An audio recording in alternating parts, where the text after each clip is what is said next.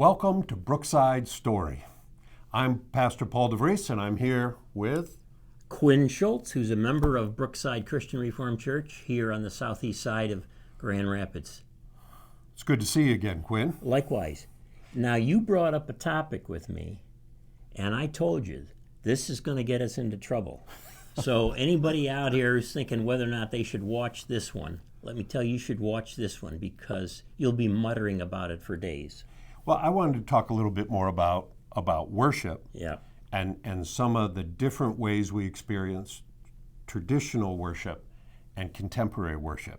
Okay, let's stop right there. Contemporary versus traditional. Just define those real quickly. What's the difference? Traditional worship, at least in a Christian setting and a Reformed setting, is worship which is scripted. It's not always formal. It can be formal or informal, Okay. but it's scripted. You can put a bulletin together. You know where everything goes. The words are generally in a book with music or up on a screen, often with music, because it's very important. The congregation knows exactly where we're going and what their part is and when they participate. That's what I think of as traditional Highly worship. structured, specific. Right, Okay. exactly. The more contemporary you get on the worship scale, and it's probably a scale in the end, the less scripted, especially the congregational participation is. So you're often singing music without a musical score in front of you, whether you can read music or not. You're singing and participating, but you're not hitting every note the lead singers are singing, nor are you expected to. You're not expected to know in advance where you're into the flow of worship as you're led by the leaders. Okay, and you're moving especially here into the musical part of it. Yeah, I'm talking primarily about the musical part of it. All right, so it's less structured. One of the things then is if I don't have that music right in front of me to look at and see the notes and so on. Right. And often I will take the hymn book out, even if we're doing a traditional thing where we have the lyrics up on the screen, because I want to see how to sing my part. But what you're suggesting is that we're not going to know exactly where this is going when we start that singing. Yeah, and in fact, the more contemporary, some people use modern, there's no perfect word, the style of music is in worship, the less likely it is that I'm going to know or am expected to know exactly where we're going or what my part is.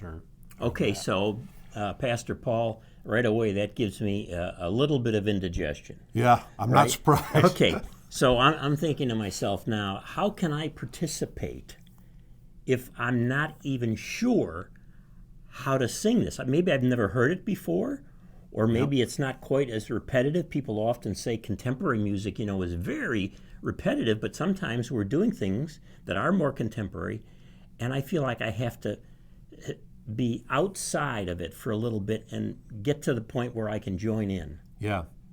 Is that good or bad? Well, I'm not sure if it's good or bad, but I think it reflects the worship you're used to. The worship, I too grew up with traditional worship. Even in the Philippines, it was more of the traditional kind.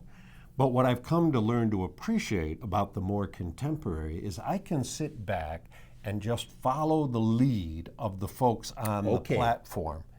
And it's not that it's a performance, which is sometimes an accusation. The reason it's not a performance is what the leaders are trying to do is engage me and pull me in so that increasingly I'm participating in this song with them.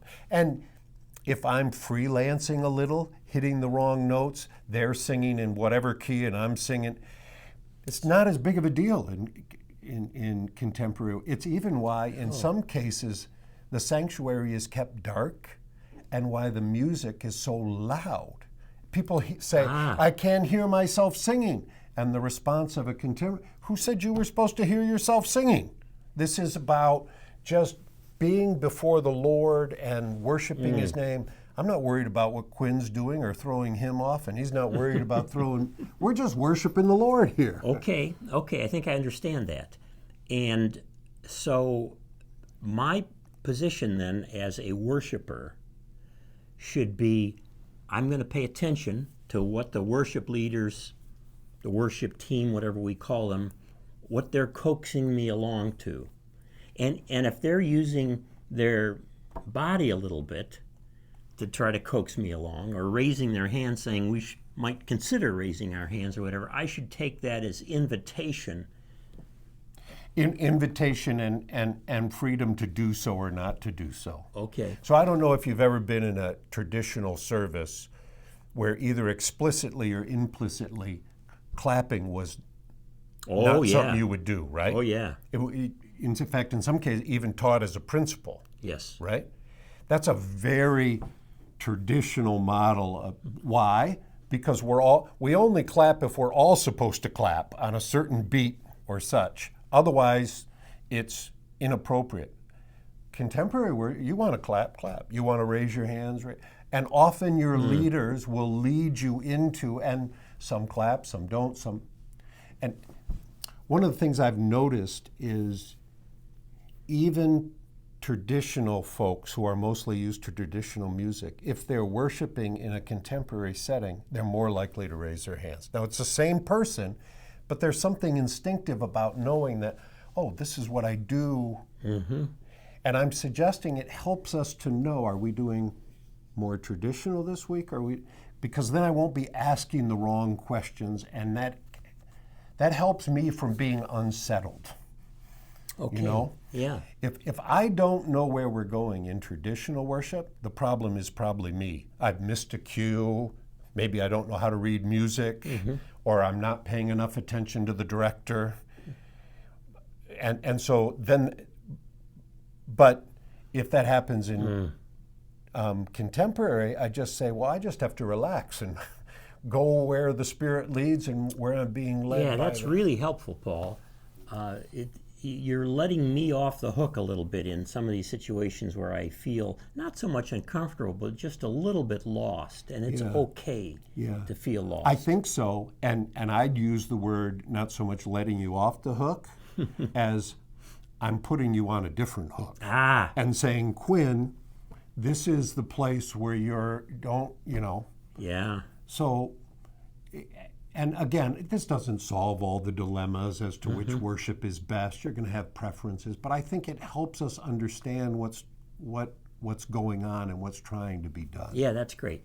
So, welcome everyone to Brookside Christian Reformed Church on Sundays, 10 a.m. Of course, you can tune in online or come in on person, and you can experience how we are trying to combine traditional and more contemporary. And it will vary somewhat from week to week, but also from service to service, as we just had. Yes. Yes. I kind of like that. Yep. Even within a given service, not to assume it's all going to be of a particular kind with the music. Right. I mean, we often have a more traditional or a more contemporary, but occasionally, like last week here at Brookside, we had a bit of a crossover. It had mostly a traditional feel, and we sang some hymns. But it was done a little bit with a more contemporary style, and we do that occasionally too. So that's great. We like to say blended over time. Blended over time.